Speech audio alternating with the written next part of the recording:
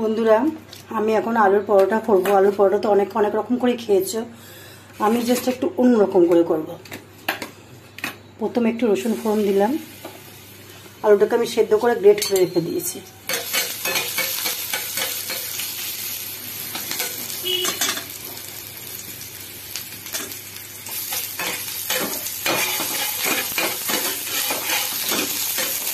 একটু পোড়া পোড়া হোক,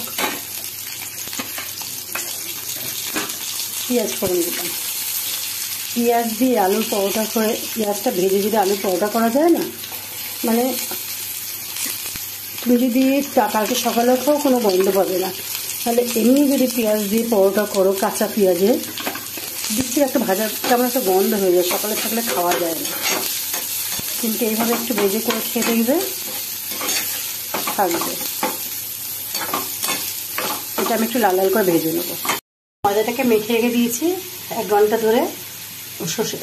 রিফাইন তেল, লবণ আর একটু চিনি দিয়ে মেখে রেখেছি ঢাকা দিয়ে।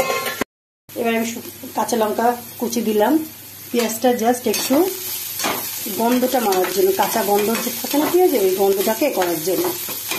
একদম যে লাল লাল করে ভাজবো তা কিন্তু না। এবার আমি গ্রেট করা আলুটা দিয়ে এর সাথে করে দিই। এতে আমি নুন আর হলুদ দিয়ে, হিং ফোড়নে দেবো না, হিং আমি এই আলুর উপরে দিয়ে দেবো। একটু জিরে ধনের গুঁড়ো দেবো।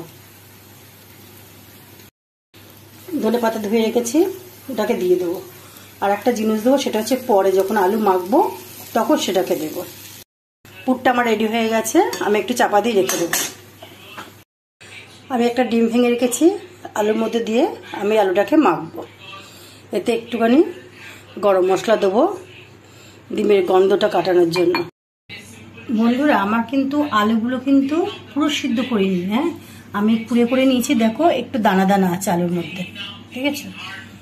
এটা বেশ গালে পড়বে, পরোটা যখন ভাজবো খেতে বেশ সুন্দর লাগবে। ডিম দিয়ে মশলা দিয়ে সব মাখিয়ে রেখে দিয়েছি।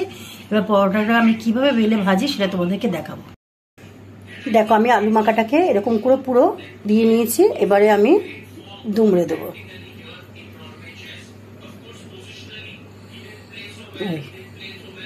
পুরো মোগলাই যেরকম করে ওরকম করে দুমড়ে দেবো, কিন্তু ছাকা তেলে ভাজবো না, আমি কিন্তু অল্প তেলেই ভাজবো।